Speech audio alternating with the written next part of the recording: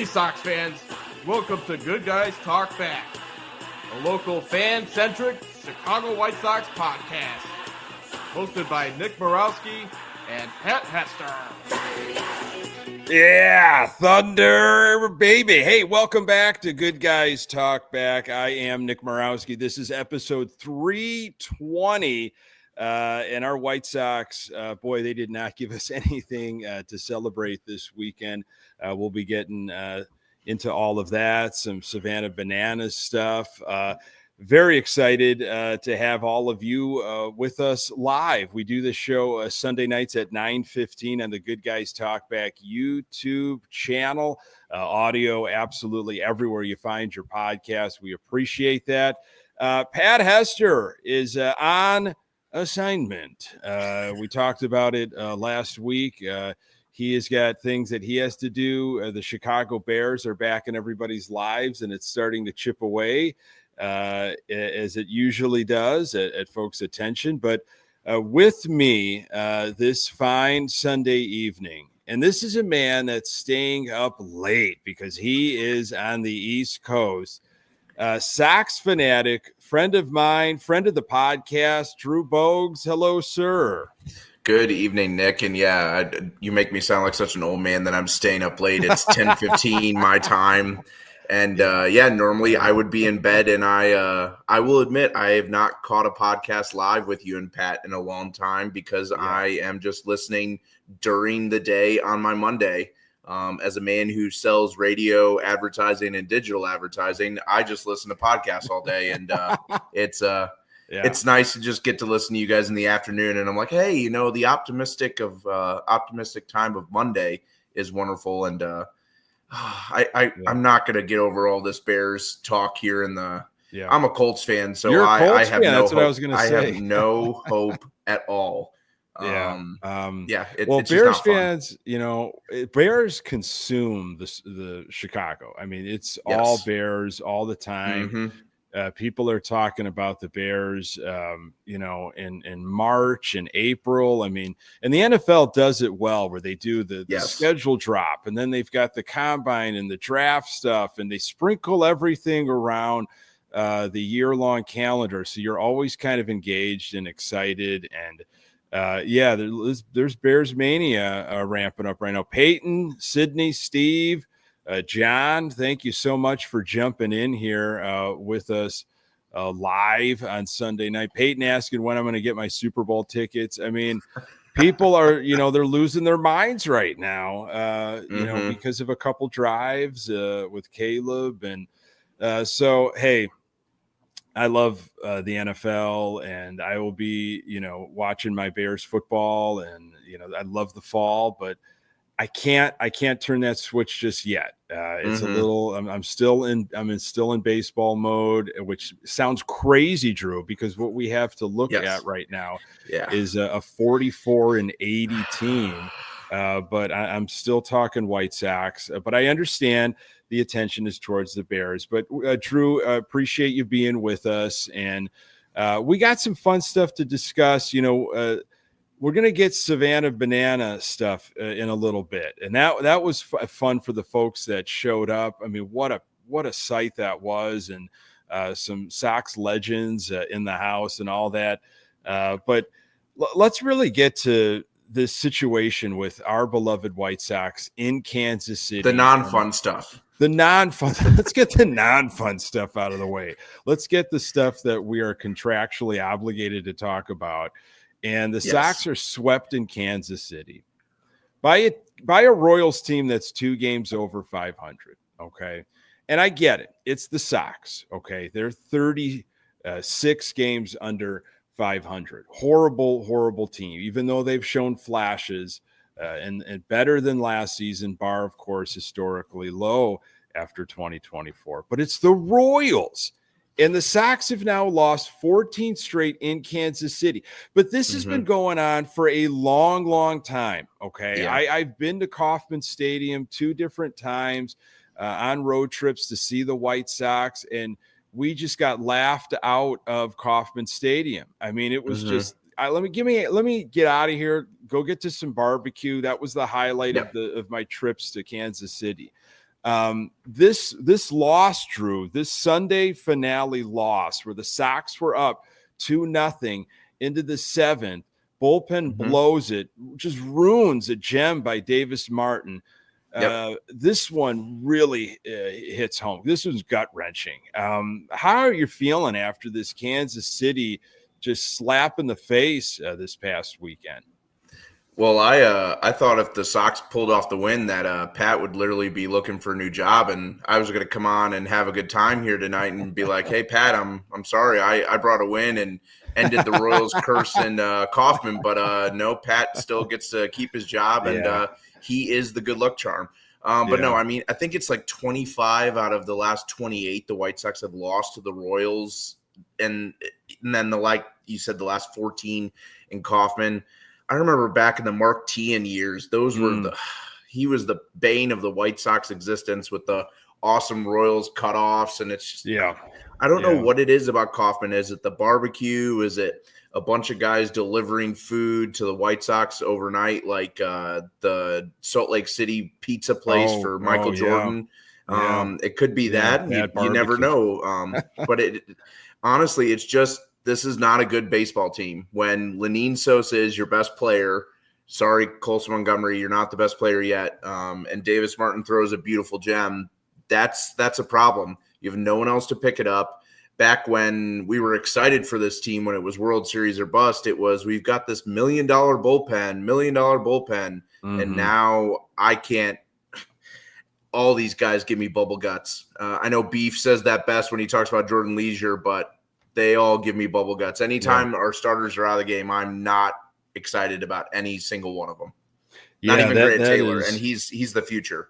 Yeah, Grant Taylor, I mean, some of the stuff that he can do is quite impressive, but it takes more than just, what he can ratchet up to. It's got to be the full body of work, and it's really a collection of arms coming out of that bullpen to be used almost in harmony and in the right spots. And when you don't have the guys, you simply don't have the guys. And it has been really sad when you see wins or games, I should say, that should be wins just get blown. And we don't have the offense. And Howard mentioned it. By the way, welcome, Sean and Howard.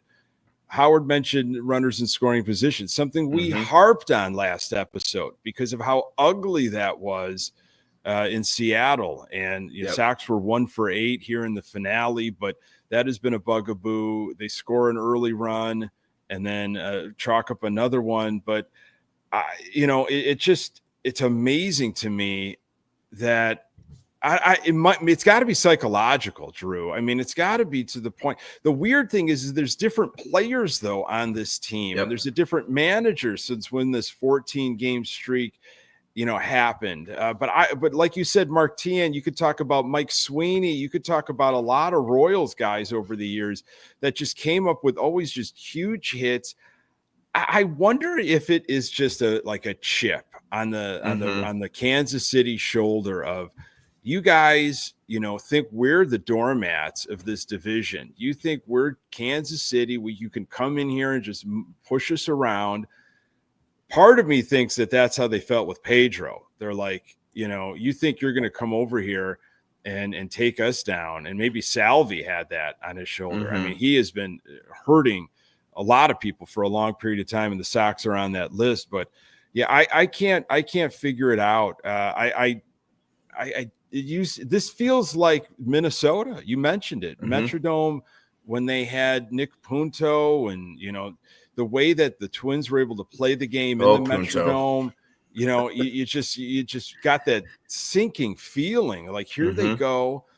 Balls hitting off our glove, like little rollers down the line. Maybe it hits off of second base and bounces into the outfield. Like, how does this happen? Well, it's the Metrodome. And I feel like that's Kansas City. And it just is unfortunate. And you got to find ways to win ball games. Like, that is the difference maker. And how does that happen? Clutch hitting, bullpen.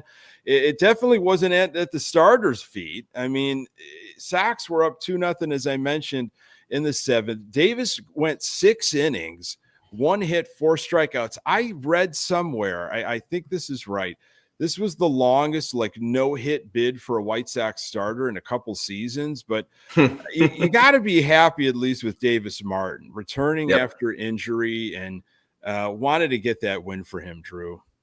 Yeah, I think the dart has just been a revelation. I think, honestly, if you look at our starting staff, you take Jonathan Cannon out, it's just been the horses that they need right now. The bullpen isn't what it is. You're just hoping someone could do a complete game, but no one does a complete game anymore. Yeah. And Sydney's 100% right. You got to take these Huggies off, and you just got to play big boy baseball. And it's you are pulling at my heartstrings of the Metrodome. And I remember in the 08 season when it was the Twins, and I was like, oh, the Sox are going to blow this lead in the Central. And then, of course, had to come in and win that. But, maybe Kauffman Stadium is just maybe someone buried a White Sox jersey and it's just been cursed or something like that. I don't know. You think the White Sox would be good at playing at a stadium that is surrounded by parking lots, because that is what they play in at the rate, is surrounded by parking lots. That's true. Could be the great Arrowhead effect. You never know. Maybe the wind's just blowing out. I don't know. It could be Sasquatch that's hiding out there for Vinny Pasquantino. Yeah. It's just the oddity of what it is every time they go to Kansas City. And it's such a beautiful ballpark that I've always seen on TV. I've always wanted to go inside. I got to drive by it, but I never got to go in. But just the oddity of these losses, being up 2-0, Bobby Witt is silenced, and then just boom, throw a 6 spot up, and they lose 6-2. It's just the audacity of it blows me away too. I have no words. Yeah, that's what it really comes down to.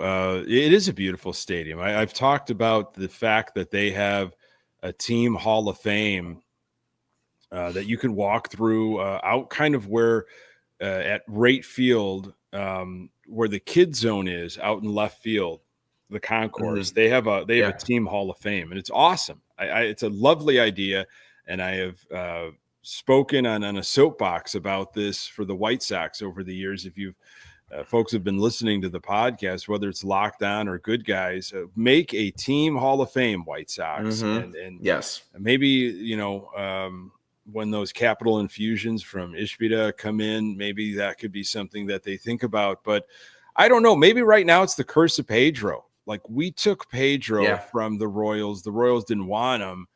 And that was just a big mistake. And Chris Getz and all the other Royals we were starting to sign. Remember when that started happening? And we were all these former Royals we started gobbling up. I don't know. Something has gone horribly wrong. And, we're out of Kansas City now. It doesn't get any easier, but it still leaves us with so many questions. Stick with the highlight, which was really Davis Martin. And this is what Will Venable had to say about Martin. That was about as good as it gets. He was in the zone the whole day. When he didn't get ahead with the first pitch, he was right back in the count, got soft contact. I thought everything was working for him. Really good cutter, really good changeup. He's aggressive and attacks the zone. So great job. Yeah. And after reading that, I'm now even more aggravated because he pitched so well. Just the lack of offense, opportunities, and of course, a collapse, an absolute collapse from the bullpen. 6 runs. Sox offense had 2 runs on 9 hits. But you mentioned Sosa's name, Drew, and he's a guy that we had no idea really what to do with, at least in my mind, last year. And you're always wanting to will these guys that come up, like, man, just be the guy, like prove that you belong here, own a position, win it in spring training, take that, demand it, make it your own. And I really don't know where he plays defensively. He's been at first base quite a bit now because we have a big question mark there. You've seen him at second and on the left side of the diamond. I don't think much of his glove and a lot of his baseball IQ or just like mental space at times. But the dude can hit the baseball this season. All right. He's up to 16 home runs and it does not get cheated, Drew. I mean, these are smashes. What do you make of Sosa? What is his future, do you think? Or what do you want it to be with the Sox?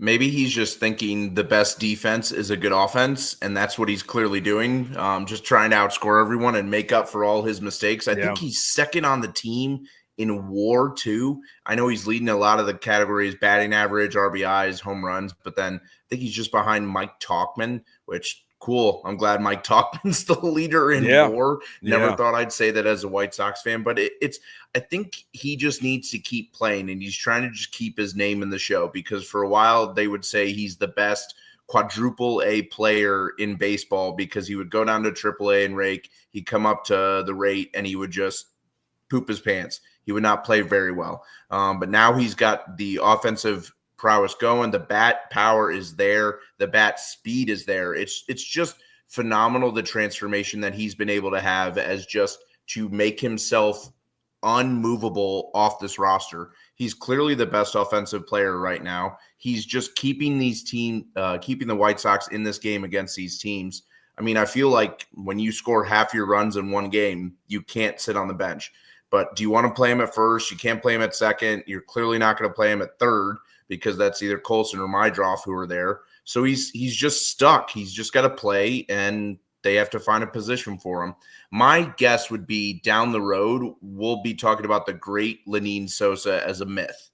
And then it will be just like, remember the 2025 season when Lenyn Sosa led us in all offensive categories? Yep, now he's playing overseas, and we have no idea where he is, and it's just a good myth and the good times that we get to have. And I just hope that's the place.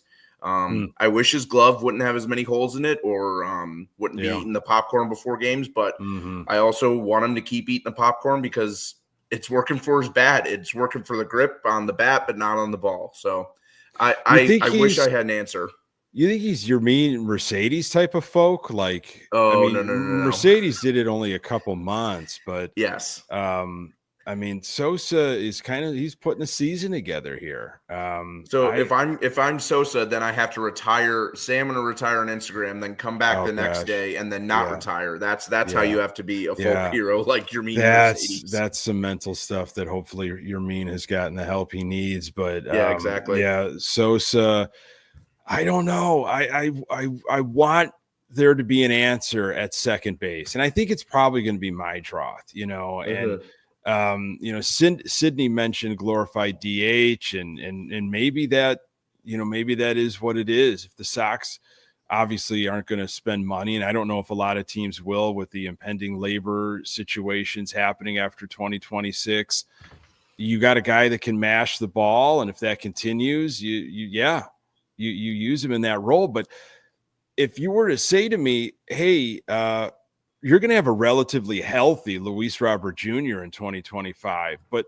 Lenyn Sosa is going to Lenyn Sosa is going to be the guy you're going to be talking about, who's putting up crazy offensive numbers for the team. I'd be like, that's not. I know crazy things are happening with this team, but that can't be right, and it sure is happening, man. It's wild. Yeah. So what is going on with this team? I feel like they take a couple steps forward, then, a half a dozen back. This was Davis Martin talking about just the club in general and where they're at, and maybe even their mental space. We have the talent. We have the ability. It's just the little miscues here and there that are going to plague a young team. Now, if we learn from them, I think 500 baseball, the rest of the season is definitely in our cards. Continue to learn. Continue to get better at the game and do the little things right. Okay, this is going to put you and everybody else into my mental space of where I'm at as a dad of a 3-year-old. I watch a lot of Monsters, Inc. and Monsters University. Almost, I feel like it's on repeat. We're really into the Pixar movies, and I'm not complaining. Those are pretty good. Of the movies that I have to watch over and over, I don't complain too much. I like Monsters, Inc. and Monsters University. In Monsters University, if you've seen the movie, if you've got a little one in your life, or maybe you're just a fan of Disney Pixar, Mike Wazowski goes to Monsters University and is a bookworm. Learning constantly, trying to get better at being a scarer, reading every book there is. But it's ultimately like in you. You're either a scarer or you're not. And yes, Davis Martin, this team can learn. They absolutely can learn. They can do their homework, but I just don't think they have it. They just don't have that team ability right now. And that's what ultimately is frustrating. We get excited because they do catch a heater from time to time, Drew. But when they come down to earth, it's because they don't have the horses to really run this race. So that's what's frustrating. I agree with Peyton here. Your son has very good taste in movies, Nick. So there could be worse things. Right. Exactly. I just want to reference that. I also have a 3-year-old. That's why Nick and I, besides also having ginger facial hair, we also have 3-year-old sons. But besides the fact of our great kids' taste in movies and shows, they don't have that dog in them. They've got the mentality of it, but it's when it comes to execution, you got to have the answers to the test. You got to be pushing through on that way. And when it just comes to executing in very specific situations, they can't do it. I'm not blaming Venable at any point in this because this is the kind of the deck that you've been dealt, and you have to play the cards that you can and do the best that you can. And yes, Chris Getz is trying his best to turn everything around, but when you come off the worst season in all time of Major League Baseball history, you're going to have some players who you're going to be like, hey, let's just try some things here. Let's throw some people up from AAA, pull some people from our farm system, take some chances, take some risks. This is the best part of this rebuild 2.0, 3.0. I don't even know what number rebuild it is, but it's just probably the 5th or 6th rebuild in my entire lifetime of the White Sox. But they have to just take risks, sign a player, and I'm not talking about like bad risks, but you know what I mean, like in player ability. Take a player who's been pulled off waivers, like what they used to do when I was growing up watching the team, an Alex Rios risk, to where it's like, okay, we'll just pull this guy off waivers, a nice waiver trade, which I don't think they do very much nowadays, and just take players and be like, hey, you've been taken off this squad. We're going to put you in and we're just going to play you and just see how it goes.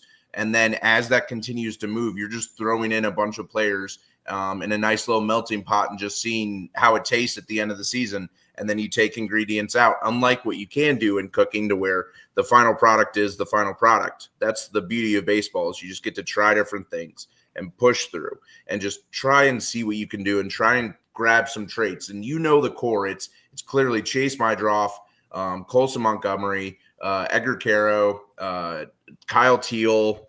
I want to say Shane Smith is on the core, but I also don't know. We have to see how it is in year 2.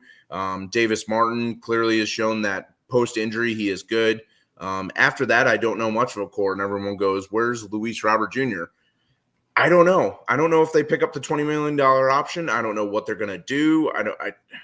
This team just needs to figure out the pieces around everyone, and just try things and just see if it sticks.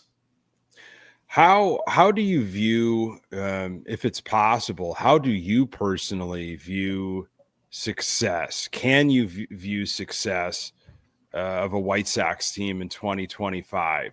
Can you step away and say, well, X, Y, and Z are happening. So even though we're 44-80, I think this is a successful season. Is there a way that you can do that, compartmentalize almost? Well, they've won 2 more games than last year, so that's a success in my eyes, which is sad. There you go. I didn't think Colson Montgomery would be coming back from where he was in the Arizona Fall League, where he really just had to work on his mechanics. Seeing a lot of the prospects pan out has been really good. Both catching prospects have been phenomenal. Chase Mydroff coming out of nowhere. It blows my mind how there's just that one player for the White Sox that just comes through out of nowhere, and no one's expecting him to play really well and just plays really well. I think it's more individual success than team success. You just take little pieces from the story, and that's just how you have to do it. We're back to prospect watching, not prospect hugging, because if so, this would be an Orioles podcast, and then we'd have to talk about the problems there. But it's just all the little individual stories that you can find, individual successes, one day at a time. And in a baseball season of 162, that's really difficult to see. But just looking at the moments you get to just pull out are the best ways of success, at least for what I see. I mean, I just want there to be success to where I'm wearing a White Sox hat in Fort Wayne, Indiana, and everyone doesn't go, "Oh, I'm sorry." And I'm like, "Oh, why are you sorry? I was born and raised in this life. I'm raising my son as this." And they're like, "Oh, you're not going to let him choose?" No, it's the life that I've chosen. You're not going to let I love him it. choose. I had I'll let him choose. I'll let him choose. I won't. I will not. We've already had that conversation, and he might not remember it, but I'll continue to have that conversation. In this house, we're White Sox fans, and that's just how it is. But yeah, I think that's a healthy way to look at things, Drew. I don't think that's out of the ordinary from what I've heard from a lot of Sox fans. More individual, more player production, more.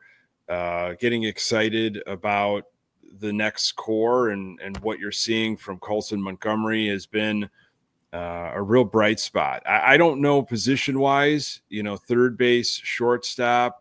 You can have conversations with a bunch of different people and they'll say, well, that's where he was brought up as a shortstop and that's where he should be. And others of like, well, I think he actually should be a third baseman, but he didn't play at all third in the minors. And now they're trying to, I'm more of excited. I'm excited for the bat really, because we just need that. We need that spark offensively. And that was the worry. I don't think the glove was a worry.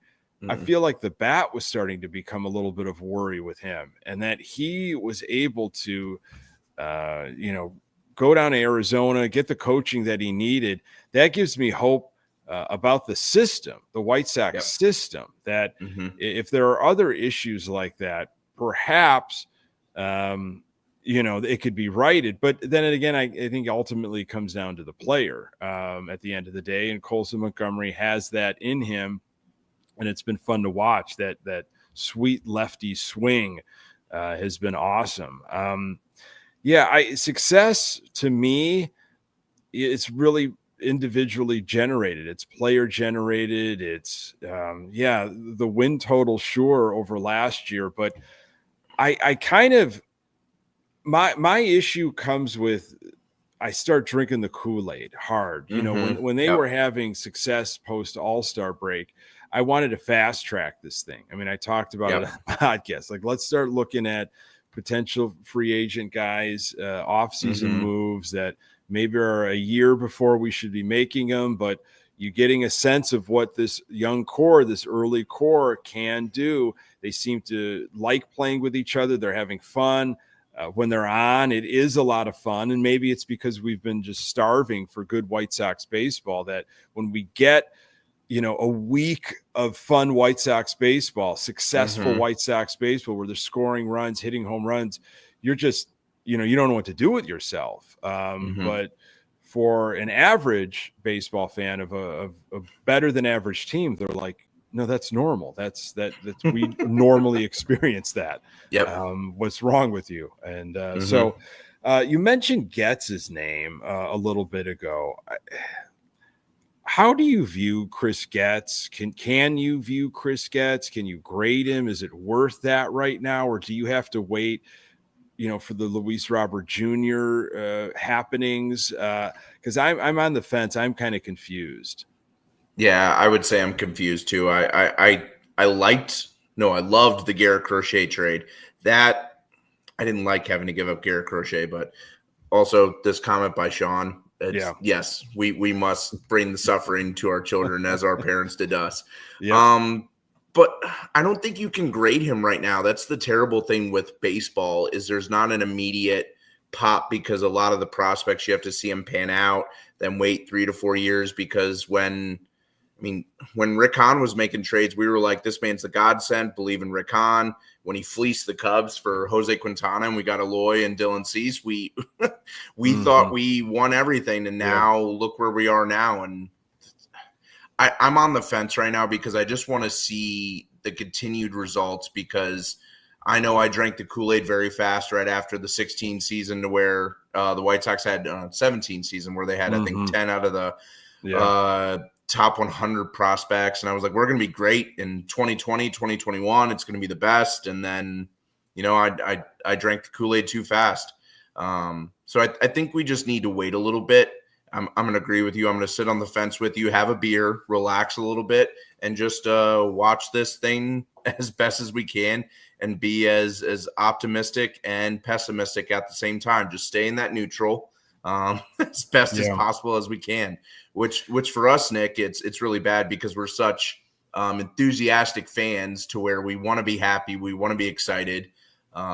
Especially with my wife, who loves to tell me, remember when you said in 2022 the White Sox are going to go to the World Series? Remember when you said the Colts are going to go to the Super Bowl in 2019? Well, Andrew Luck retires, and I'm watching White Sox baseball in 2022 and throw my iPad at the Guardians game. So I'm just going to sit there on the fence with you and just I'm just going to sit on the fence with you. You brought back, you hit some nerves there. You're telling me. I hate living in an I can't be apathetic. It's very difficult for me to live. And I thought I was going to be doing that, or I tried to coach myself at the beginning of this season. We call this Sox therapy, and sometimes I have to talk it out with Pat and vis-a-vis. And I know if I get my hopes up, I know if I emotionally invest, I'm going to be let down because I get it. It's black and white in terms of roster construction and all that stuff. But I could see some things happening that give me excitement. Like, why can't they just continue to, win a few more games and beat the Royals in Kauffman Stadium? Like, if they were able to do what they were doing, just one win, just one. I mean, some of the teams that they were taking care of post All-Star break, those were good teams, and they were shoulder to shoulder with them, and they played well against Detroit. I mean, they played really well against Detroit. Should have won. A lot of people are playing well against Detroit, which is bad. Detroit could be going through, one of those lulls, the dog days of summer, but those can be confidence boosters, though. Like, even if you're beating a team at the right time, that's still a win. And for some of these younger guys, that's contagious. And because I feel like there's something psychological about losing constantly. You're just losing, and it sometimes happens in the NFL. I think a player comes in from a college that did nothing but win, and they get on a rough NFL team because that team had the number one draft pick for obvious reasons. And it's just like that player doesn't know how to handle this culture. Like, wait a second. I'm not used to this. I'm used to just winning championships, bowl games, always at the top of the poll. And now you just feel like this self-fulfilling prophecy. Like, that's not good. That's toxic. So I think when you talk, well, do wins and losses matter? I think it means something as a team to just build that positivity almost throughout the rest of the season and beyond. Is that crazy? Is that weird to say it that way, do you think? No, I don't think it's crazy. It's hopeful and optimistic as we both want to be. There's a great quote from one of my favorite 30 for 30 documentaries about the Orlando Magic when they went to the NBA Finals. It was, when you're one of the older teams and you've known nothing but failure, you're worried that if we don't get back, we're never going to go back again. And the youth is like, oh, we're going to get back. It's okay. I think that's the mentality that this team has to feel, is just, you have to pay your dues, you have to push through, and just do your best that you can. And the individual youth that they're seeing is what we need to see. Keeping that roster to, as best as you can, 26, 25 average age, to where it's just all kids around that age who are just learning and growing from each other and just pushing, because the environment that Will Venable is bringing is good. You're seeing the energy, you're seeing the enthusiasm, you're seeing just the excitement when something happens for one person. And yes, even when there's a win, those Friday night all access, I get to watch the little clips because, as we were talking before, I haven't bought CHSN. My wife, I was telling you before, my wife said, oh, we're going to have a conversation about this 1999. And I'm like, oh, I'm fine. I'll watch on MLB Big Inning. And that's how I've been consuming it, is through that and through the radio. So that's the cool thing, is that you get to watch those Friday night wins and you see the energy, and just the Cubs win that they had a few weeks ago was tremendous. The offense, the excitement, the enthusiasm in the stadium, that's what is really going to fuel this team. Is like, remember when we did that a few weeks ago? Yeah, let's just try and do that again, and just try little by little as best as possible, just push through. That's all they can really do, is just deal with the daily grind, because the season's not getting any shorter. It's a long grind. Yeah. You mentioned excitement. You mentioned youth and having fun, and all of that was on display this past weekend at the rate while the Sox were in Kansas City. I'm speaking of the Savannah Bananas. It feels like they're just taking the country, the world perhaps, by storm with their traveling baseball circus, I guess. I don't know how else to say it. Very polarizing at times. There's folks that just can't stand it. They have no interest in it. And there's others, and there's a lot of them, because the rate was a rockin' this past weekend, and they're going on like a whole world tour. They're all over the place, and they're filling up ballparks every time they do it. So it has an audience, that's for sure. And the audience was Chicago, and there were legends that came back and played, as this tends to happen when the Savannah Bananas go into a city. They pull from, legends of that team or recently retired guys and so forth. And so this past weekend, I didn't attend any of the games. I don't even know what to make of it. I saw it on one of the ESPN channels, and we were in a bar or restaurant or something, and I saw it on one of the TVs. And I watched maybe 3 innings of it, and that was the most that I've seen, and that was kind of recent. And I'm like, oh, that's kind of interesting, what they're doing and the different rules, and very Bill Veeck-esque. This is like Bill Veeck baseball to the extreme. I don't feel threatened by it in terms of, oh, this is going to take over Major League Baseball, and this is what baseball is going to look like in 5 years in MLB. I think it's its own thing.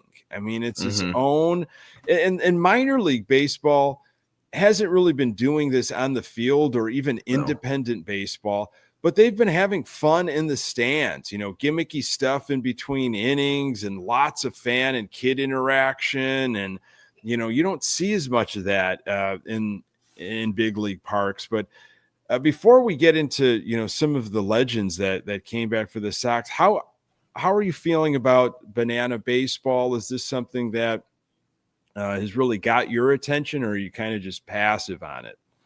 I mean, I'm not going to sit and watch a game, but the fact that they were at the rate and they filled up the rate more than the White Sox have done all season, that is a point to be taken. I've always viewed it as just the Harlem Globetrotters of baseball. And I've always loved that when I was a kid growing up, and I know I want to take my kids to that. But I don't understand the backlash. It's just fun baseball like that. Like you would do when you were a kid, is like, oh, if you catch it on a foul ball, they're out. I'm like, that's one rule I would like to actually adopt in Major League Baseball. I think that'd be funny, just to be like, you get one out to call for the foul ball. Yeah, that is interesting. Catch it. Yeah, it is. That's the most interesting thing out of it. It's just fun baseball. And I know Howard saying that I wouldn't go to a banana game for free. Howard, I get it. That's up to you, but I think it's just fun and it's just goofy. The videos are hilarious. I know when I used to work with middle school, my middle school kids in my youth training there, they would talk about Savannah Bananas and just all the fun things that they get to do. And it's positive. If I was a White Sox fan who was obsessed with the Savannah Bananas, I would have been there too. But I think it was just cool to be able to just take your family there, have some fun baseball, and just goof around. Howard, I mean, no disrespect, by the way. You have your own opinion. That's perfectly fine, but I think it's just fun. What about you, Nick? Howard might change his mind if there was a bobblehead giveaway, if there was a good giveaway, perhaps. I look at it as the circus. It's got baseball as its core, but then it's got so many other things that have been kind of altered to make it more of like just pure entertainment. And anything that gets, I think, kids excited about baseball and wanting to play baseball and, just pick up a wiffle ball bat and get with their buddies if they can, or try it out at recess, not taking anything away from soccer or anything like that, but being in the educational world for a long, long time. I mean, I don't see a lot of like baseball, wiffle ball, like happening, at recess. And it's a little bit more difficult to manage, I get but there's got to be something usually like when the Blackhawks took off back in 2009, 2010, of course, and for like 7 or 8 years after, you saw the hockey just exploded here in the Chicagoland area. I mean, everybody wanted to get on a club team, play hockey, floor hockey. It was everywhere. And anything that kind of gets people excited about baseball and gets kids wanting to get involved and all that is fine with me. I don't find it really, I'm not like threatened by it or anything. It's interesting to watch. And what I think was so cool, though, for Sox fans especially, was that AJ and Mark Burley got to play baseball together on Friday. Burley got to pitch to AJ. And just to have that moment, again, I know it's not Major League Baseball, it's on the Savannah Bananas, but still, I don't care where AJ and Mark are playing. You want to watch that. You want to see those highlights, the smiles on their faces, and it just, that was awesome. You knew that there was going to be some Sox legends that they were going to, but I didn't think they were going to go that route. But good on them for recognizing the 2005 kind of anniversary year we got going on. And that was cool, Drew. Yeah, I didn't know that they actually did that with like former players. I think that was without a doubt the coolest thing, just be up on social media and be like, oh, Mark Burley pitching, here come the tears. AJ Przinsky catching, here come the tears, here comes the memories. And then Ozzy just dancing and having a good old time. Oh, just if Ozzy could be the Savannah Bananas manager, I think that would be a better job than what he has right now with Chuck. No offense to Chuck, but just he would have so much fun, and just he would be dominating every single aspect of that in fun, not in the game of baseball. It's just fun. It's just cool. It is. It's just fun. And Paul Konerko gets an at bat. I saw him. His speed hasn't changed. He is still running. He's still running that. I saw the ground ball hit the shortstop. I'm like, when this ball is being thrown to first base, Paulie will not be in view like he was during his playing days. And I'm like, where's Paulie? Oh, yeah, he's still here. He comes now out of camera towards first base. But just that. Who would win in a race right now? Yasmani Grandal and Paul Konerko. Who would win in a race? Let's go with that. Yeah, really. I was glad they didn't try to bring back Yasmani Grandal or something ridiculous like that. No thanks. They did it right. AJ, Mark, Ozzy, and Paulie. That was cool. Just to see them in a baseball uniform doing something baseball. And then the Sox put up a graphic on their social media of side-by-sides of Burley throwing in his White Sox uniform and Burley throwing in the banana, and like identical. He didn't look any different. Maybe a couple extra pounds, which hey, that's all of us these days, That was fun to see that. I'm like, now I kind of wish I would have gone if I had an opportunity to see Paulie in action. How much were tickets? Did you see how much tickets were? I didn't. I just know it was a lottery that people were entering. And Eric, our dear friend Eric Carlson, who's got the greatest Gene Honda impression outside of Gene Honda's probably family, he won the lottery. And he got to go with his lovely wife, Rose, and they were there. My brother and sister-in-law, I think, won a lottery, or relatives of theirs won a lottery. And so I knew a couple people that were going, and you just looked at the shots, and it was just jam-packed, absolutely jam-packed, crazy.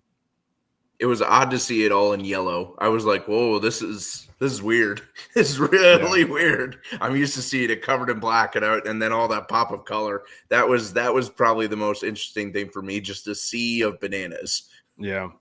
So we talked, guys from the 05 team, and this is, of course, we're still living in this anniversary, this 20th anniversary year of the 05 World Series.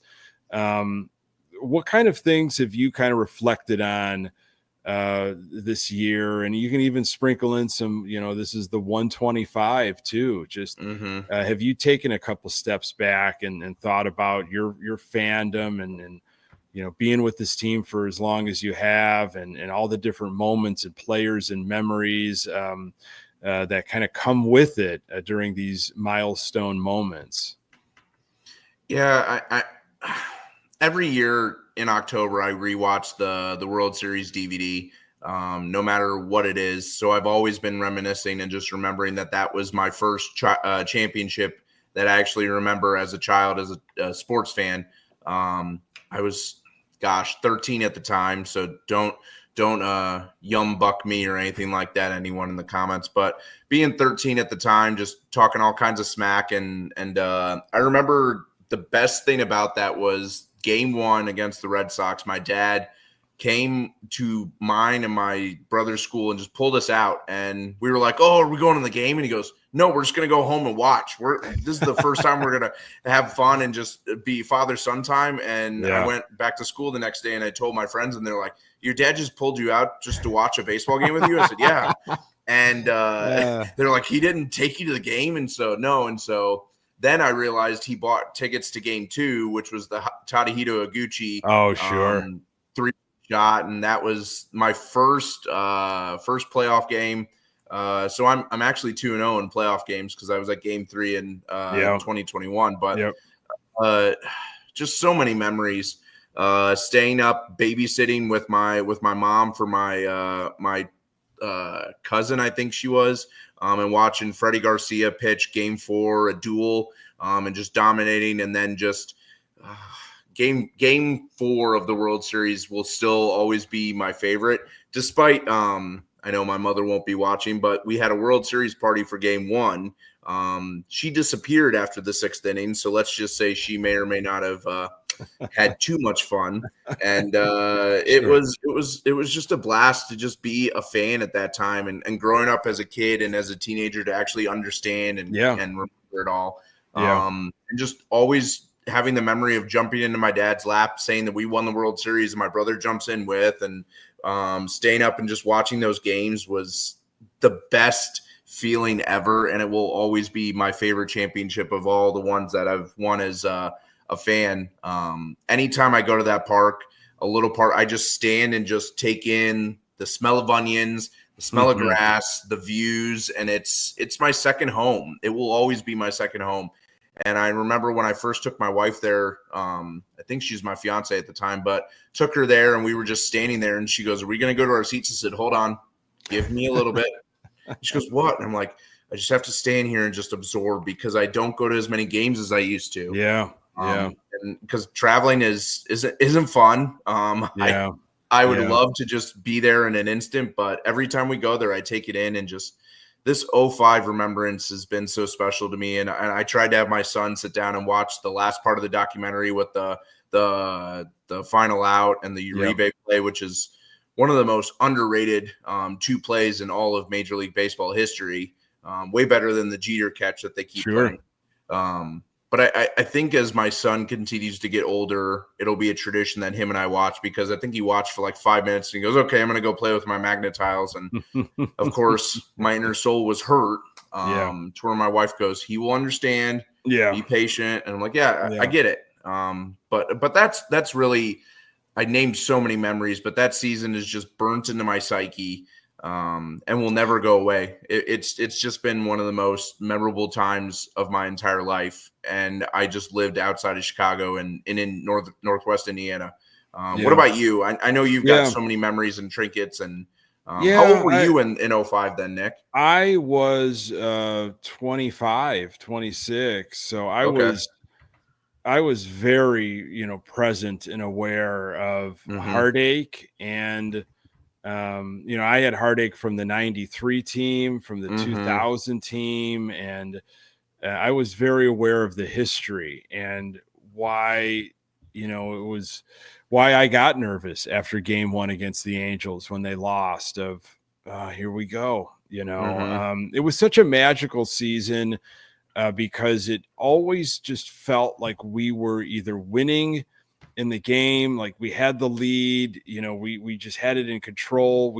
It was from wire to wire, and then the way it ended with Cleveland coming in our tails and erasing that crazy lead that we had, and they had to win, and I feel like that really did a lot for their moxie heading into the postseason. But to watch so many games with friends and family, just it was must see TV the entire summer, Drew. It was if you went to a bar or a barbecue or a party, or you had to have the game somehow on a radio nearby you. Every inning, every game was important. It mattered. Everything mattered from April all the way through. So I did go to game 1 when you got pulled out of school to watch it, which is a wonderful memory, and that's awesome. I was at the game, and that was like nothing I ever felt before. Like I had been at big games and big sports moments, but to feel that like crowd in unison, and it's not obviously not a dome stadium, but you felt like still there was going to be a sonic boom when Matt Carpenter, I believe, was pulled for Boston, and Nancy started playing "Na Na Hey Hey Goodbye." Yeah. Oh my goodness, I've got chills right now. The place erupted, and I think just watching it with family and having this season, commemorating it, celebrating it, and I can go back to those memories. I can sit in those memories, and I feel so happy and excited because that happened. That actually happened. We haven't had a lot of wins. We haven't had a lot of successes as Sox fans, but we had that. That was real. That wasn't just someone like from Sports Illustrated saying we should win this year, or some other prognosticator. This was an actual thing, and no one will ever be able to take it away from us. You got to celebrate those things, and I'm glad they've had the celebrations, the doc, the moments this season, because we as fans can go right back and take a moment, a beat, to sit in those memories because they were special. So I can't get over the fact of like each player had a moment like throughout that entire playoff run, throughout that season. I don't think you see many baseball teams like that, to where every single player had a moment in that entire playoff run, whether that's AJ hitting 2 home runs, Scotty Pods hitting the walk-off winner in game 2 of the World Series, Paulie's dominance in the ALDS, Jermaine Dye up the middle, game 4. I mean, the list goes on of just that entire playoff run of, you can name one moment for every single player that played in that entire postseason run, and you never get to see that. It just brings such a special moment to me, because to where I know the entire lineup, how it was going, and how I built rosters when I would play an MLB The Show. I was like, okay, you need speed, you need a little bit of contact, you need power, speed, contact, and it's been built in my memory of how Ozzie put that team together, and it's how I view a perfect baseball roster should be put together. Is just a bunch of I think they described themselves a bunch of idiots, and they had a good old time and played some effing Journey. I think that was the coolest part of the doc. I knew of the Journey part, but I didn't know the full backstory. Yeah, but right. Joe Creedy, I have more respect for him than I ever thought I could until he started that.